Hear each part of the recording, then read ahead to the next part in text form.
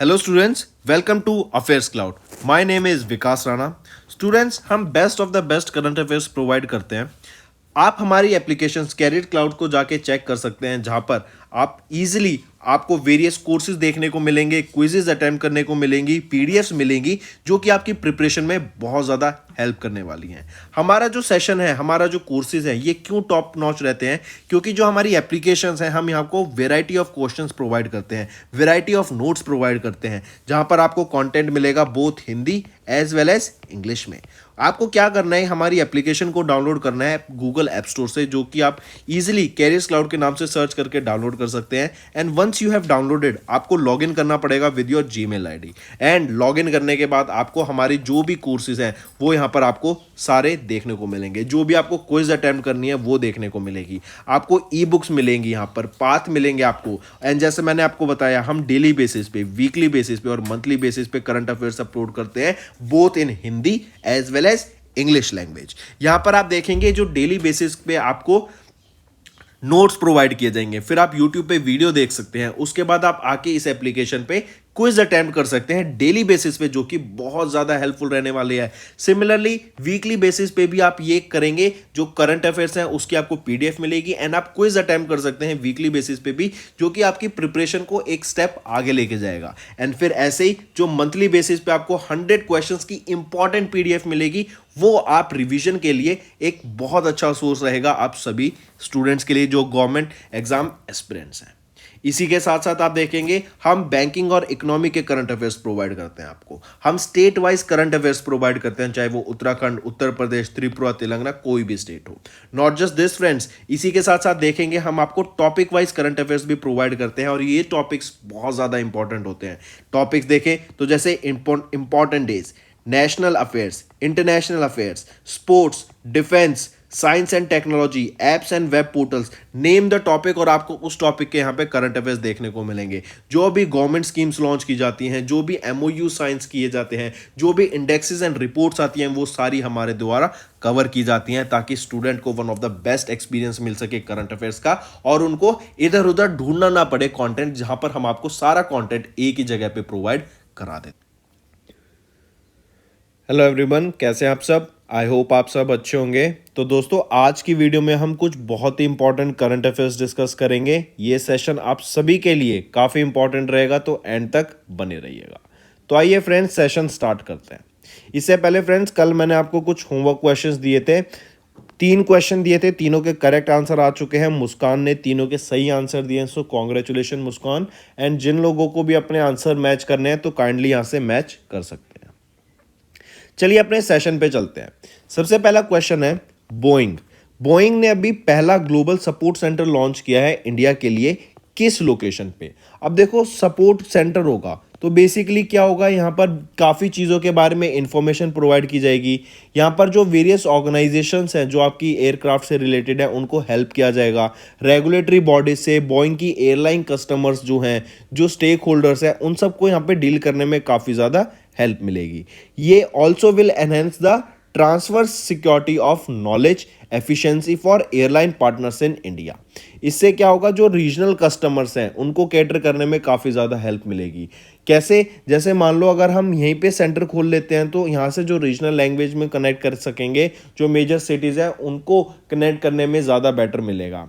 Also अभी जो Boeing है, इनका प्लान है to invest into the new logical centre to cater the regional customers. So correct option बनता है गुरुग्राम, हरियाणा। और याद रखेंगे, अभी टाटा के द्वारा जो एयर इंडिया बाई की गई थी, एयर इंडिया के द्वारा अभी कुछ 250 प्लेन्स का ऑर्डर भी दिया गया है टू बोइंग। अगर मैं बोइंग की बात करूं तो प्रेसिडेंट कौन रहेंगे? प्रेसिडेंट हैं सलील गुप्ते। हेडक्वार्टर कहां पर रहेगा बोइंग का? वो है बेंगलोर, कर्नाटका में। यहां पे आप देख सकते हैं, United states aerospace company Boeing, इन्होंने पहला ग्लोबल सपोर्ट सेंटर लॉन्च किया इंडिया में, और कहां पर? गुरुग्राम, हरियाणा में, जो कि ऑफर करेगा customise safety efficiency projects for Boeing's airline customers, regulatory bodies and other stakeholders. This will also transfer knowledge to enhance safety and efficiency for airlines, और इनका प्लान है to invest into a new logical centre logistic centre to cater the regional customers. Logistics क्या होता है? A position से B position पे सामान को पहुंचाना, उसको लॉजिस्टिक्स कहते हैं। ठीक है, चलिए नेक्स्ट पे आते हैं।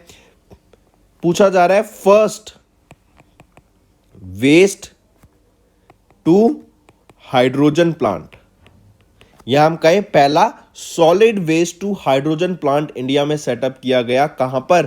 पुणे में, पुणे महाराष्ट्र में सेटअप किया गया। पूछा जा रहा है किस ऑर्गेनाइजेशन के द्वारा इसको सेटअप किया गया, तो पीएमसी, पुणे म्युनिसिपल कॉरपोरेशन के द्वारा इंडिया का पहला waste solid waste to hydrogen plant को सेटअप किया गया है।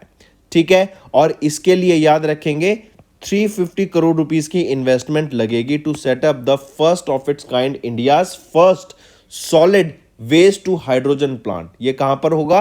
पुणे महाराष्ट्र में होगा। इसी के साथ साथ न्यूज आपको याद रखनी है कि टीजीबीएल ये एक और ऑर्गेनाइजेशन है जिसने पीएमसी के साथ टाई अप किया है, या फिर हम कहें पीएमसी पुणे म्युनिसिपल कॉरपोरेशन ने टीजीबीएल जो कि है द ग्रीन्स बिलियन लिमिटेड, इनके साथ टाई अप किया to set up this India first solid waste to hydrogen plant. और यहाँ पे TGBL additionally 82 crore rupees spend करेगी to construct the storage facility and logistic support. और यहीं पर TGBL has entered into a 30-year long agreement with PMC to set up this plant. ठीक है, चलिए नेक्स्ट पे आते हैं। नेक्स्ट है ऑपरेशन सद्भावना। ऑपरेशन सद्भावना भी कहां पर ऑर्गेनाइज कराया गया था, क्यों ऑर्गेनाइज कराया गया था, किसके द्वारा ऑर्गेनाइज कराया गया था? तो याद रखेंगे सबसे पहले तो ये इंडियन आर्मी का इनिशिएटिव है। ठीक है, वाई, रीजन क्या रहेगा इसका ऑर्गेनाइज कराने का, कि जो हम देखते हैं जैसे जम्मू, और लोकेशन भी मैं बता देता हूं, Jammu and Kashmir and Ladakh area में इसको कराया गया था।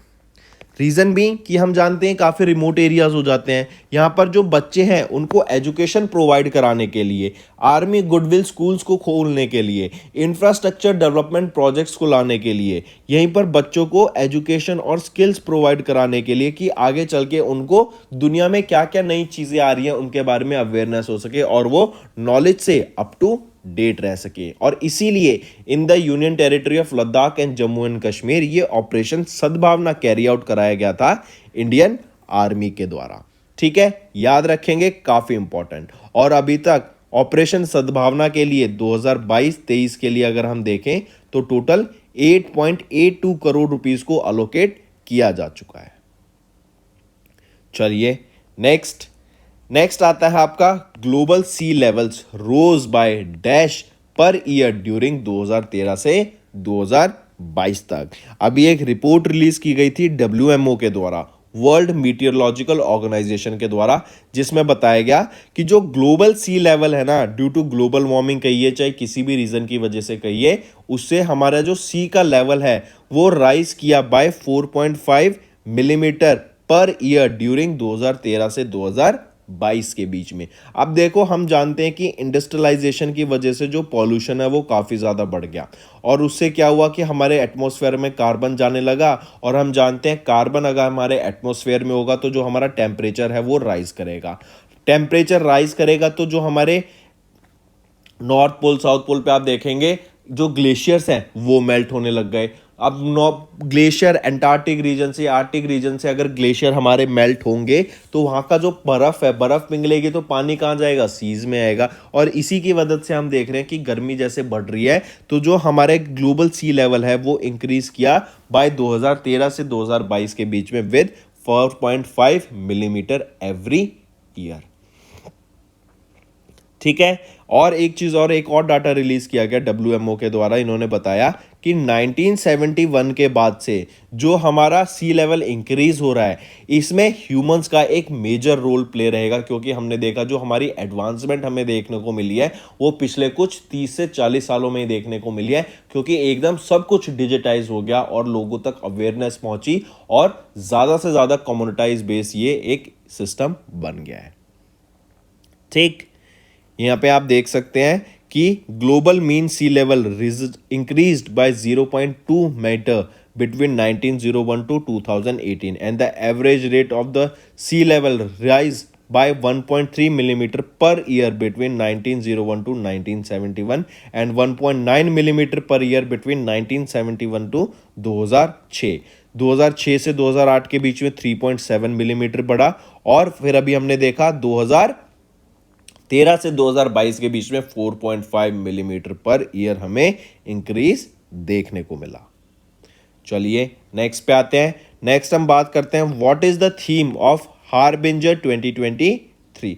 अब देखो हार्बिंजर क्या है, हमने देखा था हार्बिंजर क्या है, बेसिकली ये सेकेंड एडिशन हुआ अभी ग्लोबल हैकाथॉन का। हैकाथॉन क्या होता है, आपको एक प्रॉब्लम सेट दे दिया जाएगा और उस प्रॉब्लम सेट पर काफ़ी अलग अलग टीम्स वर्क कर रही होंगी, एंड जो बेटर सॉल्यूशन प्रोवाइड करेगा, मतलब आपको पूरा एक बिजनेस सेटअप करना है इस जो प्रॉब्लम सेट है उसके इर्द गिर्द। ठीक है, तो ऐसे ही अभी सेकेंड ग्लोबल हैकाथॉन हमें देखने को मिली। ये ऑर्गेनाइज किसके द्वारा कराई जाती है, ये आरबीआई के द्वारा ऑर्गेनाइज कराई जाती है सेकेंड ग्लोबल हैकाथॉन। ठीक है, काफी इंपॉर्टेंट है, इसको मार्क करेंगे। क्वेश्चन पूछा जा रहा है कि थीम क्या रहेगी हार्बिंजर 2023 की, तो जो थीम रहेगी वो है inclusive digital services. I repeat, inclusive digital services, ये आपकी थीम रहेगी हार्बिंजर 2023 की। किसके द्वारा लॉन्च किया गया, आरबीआई के द्वारा इसको लॉन्च किया गया था। कौन सी एडिशन की ग्लोबल हैकाथॉन है, सेकेंड एडिशन की ग्लोबल हैकाथॉन है। अगर मैं फर्स्ट एडिशन पूछूं ये कब हुआ था, तो याद रखेंगे जो फर्स्ट हैकाथॉन हुआ था, first edition of this global hackathon, वो आपका हुआ था नवंबर 2021 में। ठीक है, उसका रिजल्ट डिक्लेयर किए गए थे जून 2022 में। इसी के साथ साथ वापस आते हैं सेकंड ग्लोबल हैकाथॉन पर। यहां पर कितने जो फर्स्ट पोजीशन पे रहेंगे, जो विनर रहेंगे, उनको 40 लाख रुपए दिए जाएंगे। जो रनर अप रहेंगे उनको 20 लाख रुपए यहां पर एज अ प्राइज मनी से सम्मानित किया जाएगा। अब जैसे हमने देखा ये ग्लोबल हैकाथॉन है, तो डेफिनेटली प्रॉब्लम सेट्स होंगी। प्रॉब्लम सेट्स क्या रहेंगी यहां पर, जैसे फॉर एग्जांपल दिव्यांग। दिव्यांग क्या है, easy to use digital banking services के लिए फॉर डिसेबल्ड पीपल, आपको प्रॉब्लम सेट प्रोवाइड कर दी। अब उसके ऊपर आप इनोवेटिव आइडियाज लाइए। फिर आ जाता है आपका कि जो रेगुलेटेड एंटिटीज हैं, रजिस्टर्ड टेक्नोलॉजी सॉल्यूशंस होते हैं, उनको मोर एफिशिएंट बनाने के लिए हम क्या कर सकते हैं।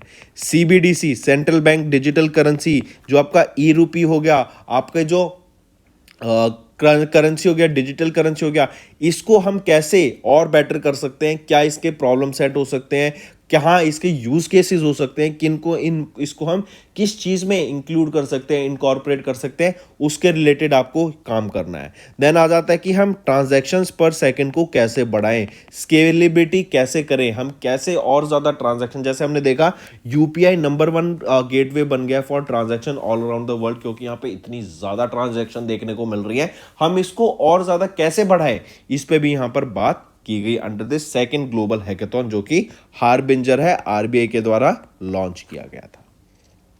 चलिए नेक्स्ट पे आते हैं। होलसेल प्राइस इन्फ्लेशन जनवरी 2023 के लिए कितनी रहेगी, वो है 4.73%। अगर यहीं पे मैं पूछूं दिसंबर 2022 के लिए जो wholesale price inflation wholesale price index inflation थी वो कितनी थी, 4.95%, और जनवरी 2023 में वो कितनी हो गई है, 4.73%। ठीक है, नेक्स्ट पे आते हैं। यहीं पे आपका दिया गया कि इंडिया की होलसेल प्राइस इन्फ्लेशन 2 ईयर लो पे रही फॉर 4.73%।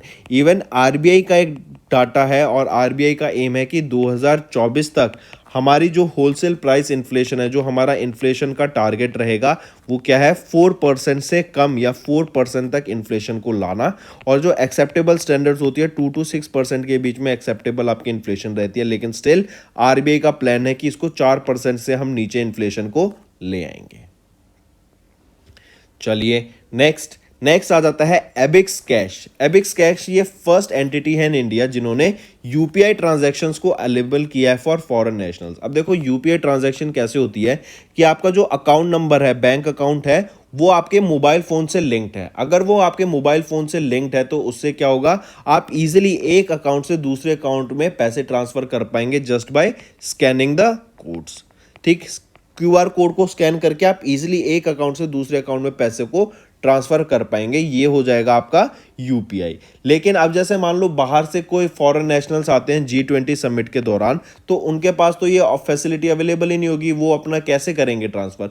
तो उनको एनेबल करने के लिए कि जो भी G20 समिट को अटेंड करने के लिए फॉरेन नेशनल्स आ रहे हैं, उनको ये फैसिलिटी प्रोवाइड की जा सके कि वो यूपीआई का यूज कर सकें, इसीलिए Ebix cash world money limited ने ये एक अपने ऊपर काम लिया और इन्होंने ऐसी फैसिलिटी प्रोवाइड की कि जो भी फॉरेन नेशनल्स होंगे, जो भी G20 की समिट के दौरान इंडिया में विजिट करने आएंगे, उनको ये फैसिलिटी प्रोवाइड की जाएगी कि वो इजीली यूपीआई को यूज कर सके इंडिया में फॉर ट्रांजैक्शन पर्पसेस।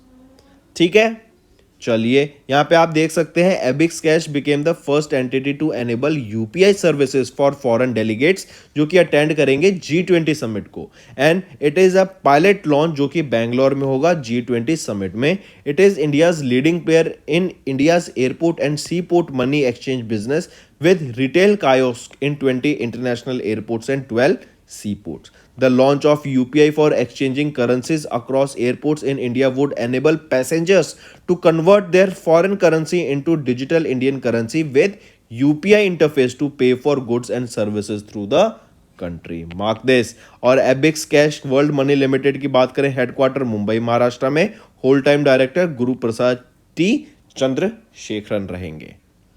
चलिए नेक्स्ट पे आते हैं सीसीआई के द्वारा भी अप्रूव किया acquisition of certain equity share of LT foods limited by SISC. I repeat, LT foods Limited की कुछ capital share, equity share capital को एक्वायर किया जाएगा, किसके द्वारा? सेलिक इंटरनेशनल इन्वेस्टमेंट कॉर्पोरेशन के द्वारा। डायरेक्ट याद रखेंगे, एक्वायर कौन हो रहा है? LT foods limited. एक्वायरर कौन है? जो एक्वायर कर रहा है वो कौन है? Salic International Investment corporation.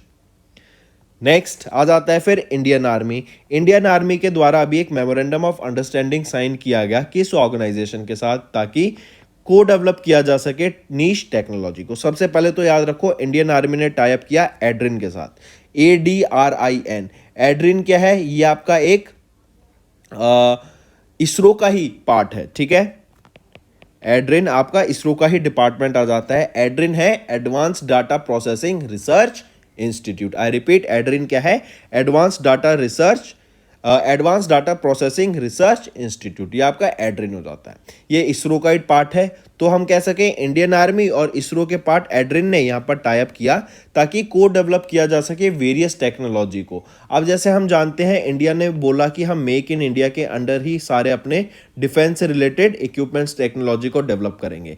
इसी के लिए, ताकि इंडिया में प्रोडक्ट्स को डेवलप किया जा सके, हमें दूसरी कंट्रीज पे निर्भर ना रहना पड़े, इसीलिए इन दोनों के बीच में ये टाई अप हुआ। अब यहाँ पर हम देखेंगे कि जो भी इंडियन आर्मी को, जैसे जो भी फोर्सेस को किसी भी टेक्नोलॉजी की जरूरत पड़ती है, तो यहां पर कोलैबोरेट करके multi domain technology driven capabilities की मदद से यहां पर अलग अलग टेक्नोलॉजीज को डेवलप किया जाएगा। और टेक्नोलॉजीज का डेवलप करने का मेन रीजन क्या होता है? ताकि जो प्रिसीजन आ सके, आपका जो डिसीजन टेकिंग है वो ज़्यादा बेटर हो सके। जैसे मान लो सोनार हो गया, रडार हो गया, इनसे बेटर डिसीजन टेकिंग हो सकती है। ठीक, आपको मान लो कल को हमारी किसी कंट्री के साथ फॉर एग्जांपल लड़ाई भी हो जाती है, तो वहाँ पर हमारे जो डिफेंस इक्विपमेंट है वो कितने काम आएंगे। जैसे ड्रोन्स का भी हम देख रहे हैं, वॉर में, यूक्रेन और रशिया वॉर में रशिया के द्वारा ड्रोन्स का यूज़ किया गया एज अ वेपन। तो मतलब हम कहीं ना कहीं टेक्नोलॉजी हमारी एडवांस होगी तो हमें कहीं ना कहीं एडवांटेज रहेगा in the defence sector also, तो ये काफ़ी इंपॉर्टेंट रहता है। ठीक है, इसी के साथ साथ एक और याद रखेंगे, अभी रिसेंटली मिनिस्ट्री ऑफ डिफेंस ने L&T लर्सन एंड टाबू के साथ 41 इंडिजीनियस मॉड्यूलर ब्रिजेस का भी एक टाई अप करा है। चलिए मूविंग ऑन, नेक्स्ट पे आते हैं। यहां पर आप देख सकते हैं, under this MOU more importance will be given for the collaborative development of multi domain technology driven capabilities. Adrian जो डिपार्टमेंट ऑफ स्पेस के अंडर आता है, will develop technology that will facilitate real time situation awareness and rapid decision making. Adrian is located in Securabad in Telangana and it is a central public information officer was Anurag Shukla। ठीक है, और यहीं पे देखते हैं ministry of defence ने L&T के साथ 41 इंडिजीनियस मॉड्यूलर ब्रिजेस का भी एक टाई अप किया, एक इनको कॉन्ट्रैक्ट दिया। Next, what is the name of Garuda aerospace इनके लार्जेस्ट सोलर पावर ड्रोन का, गरुड़ा एरोस्पेस के लार्जेस्ट सोलर पावर ड्रोन का नाम क्या रहेगा? वो है सूरज। अभी एरो इंडिया हुआ था, बैंगलोर में हुआ था, बैंगलोर कर्नाटका में।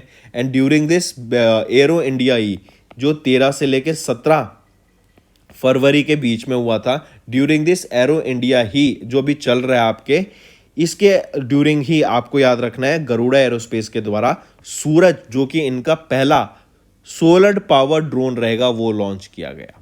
ठीक है, इसी के साथ साथ याद रखेंगे जो इनका ये ड्रोन है ये बन के रेडी हो जाएगा बाय अगस्त 2023। इसी के साथ एक और चीज याद रखेंगे, सूरज जैसे हमने देखा ये आपका एक इंटेलिजेंट सर्वेलेंस ड्रोन रहेगा, हाई ऑल्टीट्यूड ड्रोन रहेगा। यहाँ पर आप इस सूरज की मदद से, जैसे इसमें तो कैमरा भी ड्रोन में होगा, तो आपको सर्वेलेंस में बहुत ज़्यादा हेल्प मिलने वाली है। 3,000 फीट तक हवा में ये जा सकता है और 12 घंटे कॉन्टिन्यूसली ये आपके सर्वेलेंस कर सकता है। इसकी मदद से आप देखेंगे कि जो हमारी फोर्सेस हैं, Indian army, Indian navy, Indian air force, CISF, BRO, फिर आप देखेंगे ITBP, देन CRPF, ठीक, इन सब को बहुत ज़्यादा हेल्प मिलने वाली है ताकि सर्वेलेंस अपने एरिया की ये और अच्छे से कर सके। ऑलराइट, और हम देखें गरुड़ा एरोस्पेस के जो ब्रांड एम्बेसडर रिसेंटली अपॉइंट किए गए थे वो कौन थे? वो थे महेंद्र सिंह धोनी। ऑलराइट, चलिए नेक्स्ट पे आते हैं। यहां पर आप देख सकते हैं कि drone startup Garuda aerospace private limited, इन्होंने सूरज लॉन्च किया था जो कि एक सोलर पावर्ड अनमैन्ड ड्रोन रहेगा। एरो इंडिया जो कि 2023 में 13 से लेकर 17 फरवरी के बीच में होती, बैंगलोर कर्नाटका में, वहां पर इसको लॉन्च किया गया था। मूविंग ऑन, नेक्स्ट है where is the first edition of Sundarban bird festival held? Sundarban bird festival का फर्स्ट एडिशन या फिर हम कहें इनॉग्रल एडिशन कहां पर हुआ था? तो ये सुंदरबन टाइगर रिजर्व में हमें देखने को मिला और इसको ऑर्गेनाइज कराया गया था Sundarban tiger reserve along with south 24 परंगाज जो कि एक डिवीजन है वेस्ट बंगाल फॉरेस्ट डिपार्टमेंट की, इनके द्वारा। ये आपका 2 दिन का सुंदरबन बर्ड फेस्टिवल रहेगा। फिर ये कब से कब तक? 7 से लेकर 10 फरवरी के बीच में इसको ऑब्जर्व कराया गया था। यहाँ पर 6 टीम ने विजिट किया था जिन्होंने 145 बर्ड स्पीशीज को कैप्चर किया है इन द सुंदरबन। यहाँ पर अगर हम बात करें तो 145 बर्ड स्पीशीज को लोकेट किया गया। आउट ऑफ दिस 145 स्पीशीज 78 तो फॉरेस्ट की बर्ड स्पीशीज थी, 42 स्पीशीज थी वार्डरर्स की, 12 स्पीशीज रहेंगी रैप्टर्स की, 6 स्पीशीज थी वाटरफॉल की and 7 other bird species. During the festival बर्डर्स also spotted 7 of the 9 species of Kingfisher जो कि सुंदरबन में फाउंड की जाती हैं। Around 86 species were spotted in the core zone और 128 स्पीशीज को बफर जोन में and 71 spotted in the outside the protected area.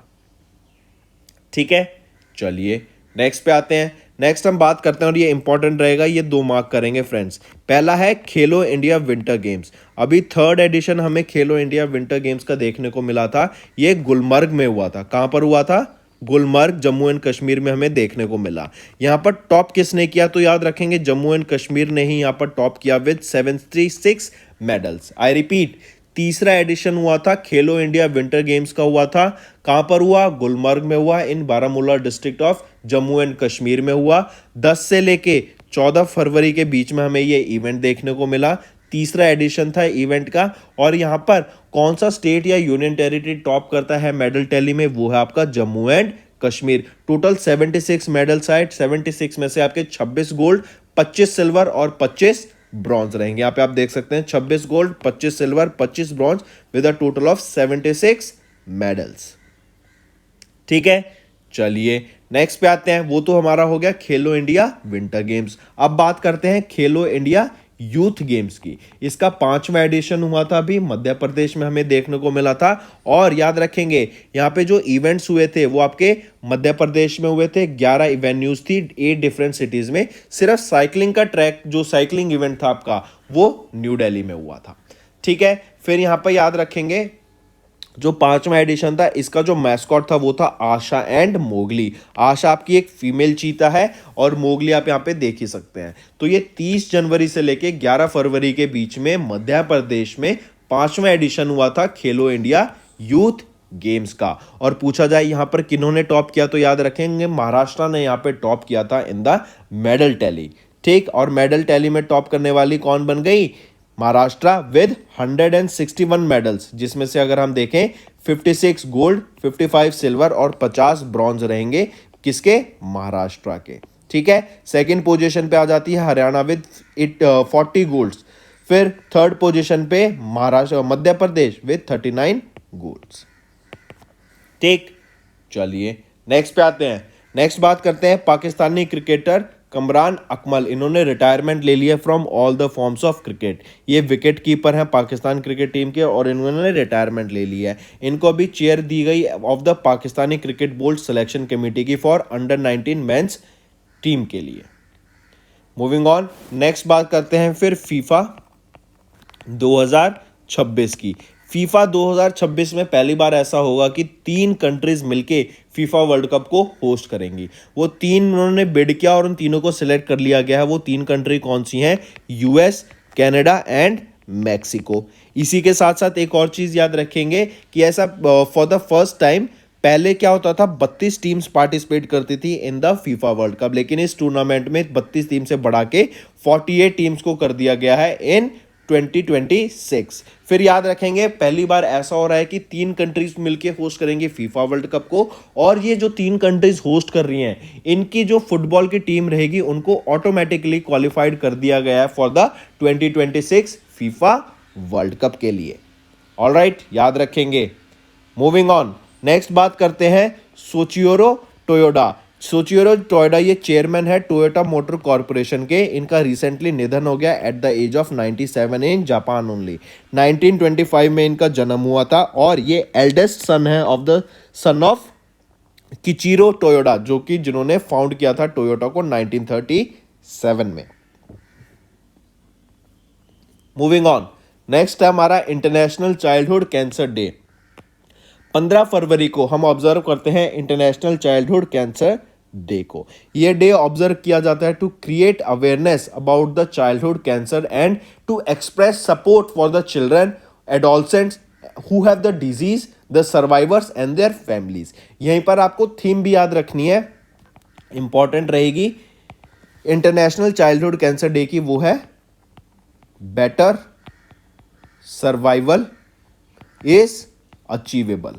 ठीक है, बेटर सर्वाइवल इज अचीवेबल, ये आपकी थीम रहेगी इंटरनेशनल चाइल्डहुड कैंसर डे की। चलिए नेक्स्ट आ जाता है एक स्टेट न्यूज हम डिस्कस करते हैं। अभी रिसेंटली रेनॉल्ट निसान ने इनके अलायंस ने अभी इन्वेस्ट करने की बात की 5300 करोड़ रुपीस या फिर 600 million US dollar over the 5 years in Tamil Nadu. और ये तमिलनाडु में इन्वेस्ट करेंगे ताकि यहाँ पर ये इलेक्ट्रिक 5 नई कार्स को डेवलप कर सके, जिसमें से 2 नई इलेक्ट्रिक कार्स डेवलप की जाएगी रेनॉल्ट और निसान के द्वारा मिलकर for the Tamil Nadu people. Alright, I repeat, Renault और निसान ने अभी 600 मिलियन यूएस डॉलर या फिर 5300 करोड़ रुपीस इन्वेस्ट करने की बात करी। किस स्टेट में? इन तमिलनाडु स्टेट। और यहां पर ये आने वाले 5 साल में इस 600 मिलियन डॉलर को या फिर 5300 करोड़ रुपीस को इन्वेस्ट करने की ये बात करते हैं ताकि यहां पर नई कार्स को डेवलप किया जा सके for the people of Tamil Nadu. Tamil Nadu के चीफ मिनिस्टर कौन है? MK Stalin. एंड याद रखेंगे मुद्दुमलाई नेशनल पार्क भी आपका तमिलनाडु में ही लोकेटेड है। पहली एम्बुलेंस फॉर स्ट्रीट एनिमल्स भी तमिलनाडु चेन्नई में ही लॉन्च की गई थी। तो दोस्तों ये हैं हमारे कुछ करंट अफेयर्स आज के। अब आ जाते हैं क्विक रिवीजन पे। बोइंग ने लॉन्च किया पहला फर्स्ट ग्लोबल सपोर्ट सेंटर कहां पर? इंडिया में, गुरुग्राम हरियाणा में। पीएमसी एंड टीजीबीएल इन्होंने पार्टनर किया ताकि इंडिया का पहला solid waste to hydrogen plant को सेटअप किया जा सके। कहां पर? पुणे में। फिर इंडियन आर्मी ने अभी रिसेंटली मल्टीपल वेलफेयर एक्टिविटीज को कैरी आउट किया अंडर ऑपरेशन सद्भावना, जो कि लद्दाख और जम्मू कश्मीर में हुआ। फिर अभी एक डाटा रिलीज किया गया डब्ल्यूएमओ के द्वारा, वर्ल्ड मीटियोलॉजिकल ऑर्गेनाइजेशन, जिसमें बताया कि 2013 से 2022 के बीच में जो सी लेवल बढ़ा है वो है 4.5 मिलीमीटर पर ईयर। हार्बिंजर, ये आपका second edition of global hackathon अभी हमें देखने को मिला, आरबीआई के द्वारा कराया गया था। देन जनवरी 2023 में जो इंडिया का होलसेल प्राइस इंडेक्स इन्फ्लेशन है वो कितना रहा, 4.73% का, जो कि पहले 2022 के दिसंबर मंथ से कम हो गया और ये 2 ईयर लो पे अभी हमें देखने को मिला। एबिक्स कैश ये वो पहली एंटिटी बन गई है इंडिया में जिन्होंने यूपीआई ट्रांजैक्शन को एनेबल किया है फॉर फॉरेन नेशनल जो कि विजिट करेंगे ड्यूरिंग G20 समिट। सीसीआई ने अप्रूव किया acquisition of certain equity share capital of LT foods limited by SIIC। Then Indian army और एड्रिन इन्होंने एक एमओयू साइन किया to co develop niche technology. Aero India 2023 की बात करें तो गरुड़ा एरोस्पेस ने अनवेल किया सोलर पावर ड्रोन जिसका नाम रहेगा सूरज। पहला सुंदरबन बर्ड फेस्टिवल जहां पर हमें 145 बर्ड स्पीशीज को स्पॉट किया गया है in the Sundarban biosphere reserve. Khelo India winter games की बात करें तो ये 3rd एडिशन रहेगा जो कि गुलमर्ग में हुआ था जम्मू एंड कश्मीर में, और यहाँ पे जम्मू एंड कश्मीर ने ही टॉप किया। फिर बात करते हैं खेलो इंडिया यूथ गेम्स की, ये 5th एडिशन था, मध्य प्रदेश में हुआ था और महाराष्ट्र ने यहाँ पे टॉप किया in the medal tally. Pakistani cricketer Kamran Akmal इन्होंने अनाउंस कर दिया retirement from all the forms of cricket. FIFA World cup 2026 की बात करें तो फीफा ने कंफर्म किया US, Canada, Mexico for the automatic qualification, और ये तीनों कंट्रीज मिलकर पहली बार ऐसा होगा कि फीफा वर्ल्ड कप को होस्ट करेंगी। Toyota motor Corporation chairman Shoichiro Toyoda इनका रिसेंटली निधन हो गया। इंटरनेशनल चाइल्डहुड कैंसर डे 15 फरवरी को ऑब्जर्व किया जाता है। Renault Nissan Alliance will invest 5,300 crore rupees over the next 5 years, और इसी के लिए तमिलनाडु गवर्नमेंट ने इनके साथ टाई अप किया। 5,300 करोड़ बोलो या फिर $600 मिलियन बोलिए। तो दोस्तों ये था हमारा सेशन, आई होप आपको पसंद आया होगा। अब आ जाते हैं इंपॉर्टेंट होमवर्क पर। पहला, नेब्रास्का सैंड हिल, ये अभी नए टाइप की कासी क्रिस्टल जहां पे डिस्कवर किए गए, किस कंट्री में है ये। Second, which state allocated 13,000 crore rupees to implement the project of transferring water collected in Chambal river to other districts. Third, किस आर्टिकल के under of Indian constitution deals with the appointment of governors for each state in India, और इनकी appointment याद रखिए governors की कौन करता है, प्रेसिडेंट करता है। ठीक है, तो दोस्तों ये हैं हमारे 3 होमवर्क क्वेश्चंस आज के। आई होप आपको वीडियो पसंद आई होगी। वीडियो पसंद आ रही है तो वीडियो को लाइक कर दें एंड कमेंट करके जरूर बताएं कि आपका क्या व्यूज रहेगा। अगर सेशन पसंद आ रहा है, I want you all to comment below and let us know कि आपका क्या सेशन रहेगा। So that's all for the day friends, thank you and have a nice day. That's all for the day friends, ये हमारी video थी। I hope आपको video पसंद आई होगी। इसी के साथ साथ फ्रेंड्स आप हमारे यूट्यूब चैनल को सब्सक्राइब कर सकते हैं, आप टेलीग्राम चैनल पे जाके हमें फॉलो कर सकते हैं, एंड इसी के साथ साथ अगर आपको कोई भी प्रॉब्लम आ रही है या तो पेमेंट में या हमारे कोर्सेज के साथ, तो आप हमें कांटेक्ट कर सकते हैं एट द नंबर 7677333862, या फिर आप हमारी मेल आईडी पे हमें मेल कर सकते हैं and I will make sure कि आपकी जो प्रॉब्लम है उसको जल्दी से जल्दी सॉल्व किया जाए। इसी के साथ साथ आप हमारे इंस्टाग्राम हैंडल affairscloud_official को फॉलो कर सकते हैं। कोड और याद रखना वो है विकास10। अगर आपको 10% का एक्स्ट्रा डिस्काउंट चाहिए तो आप विकास10 का कोड यूज कर सकते हैं, आपको क्रैक 10 के अलावा 10% का डिस्काउंट यहां पे मिलेगा। और इसी के साथ साथ अगर आपको कोई भी इश्यू आ रहा है हमारी एप्लीकेशन से रिलेटेड, वेबसाइट से रिलेटेड, या आपका कोर्स परचेज नहीं हो रहा, या आपका कोर्स परचेज हो गया, पैसे कट गए हैं, या कोई भी इशू आ रहा है, तो आप हमें कॉन्टैक्ट कर सकते हैं एट द नंबर 9677333862, या फिर आप मेल कर सकते हैं support@affairscloud.com पे, एंड आई मेक श्योर हमारा रिप्रेजेंटेटिव आपको जल्दी से जल्दी आपको रीच करेगा एंड आपकी प्रॉब्लम को सॉल्व करेगा। That's all for the day, friends. I hope you enjoyed the session, and you can follow us on the YouTube channel, as well as apart from YouTube channel you can go and follow us at Affairs Cloud Telegram channel. And if you have any queries related to the content or the of courses offered to you or the payment which you did on the application, you can contact us on the number provided, that is 7677333862. Apart from this friends, you can follow us on the Facebook as well as on Instagram handle, that is affairscloud_official. In the end friends, If you use a code that is Vikas10, you will be getting an additional extra 10% discount by using this code Vikas10. Also, if you have any problem regarding the course purchase, any problem regarding to our application, you can contact us on the mobile number that is 9677333862. And if you want to mail us, you can also mail us on support@affairscloud.com, and I assure you that our representative from us will be contacting you soon and resolving your issue.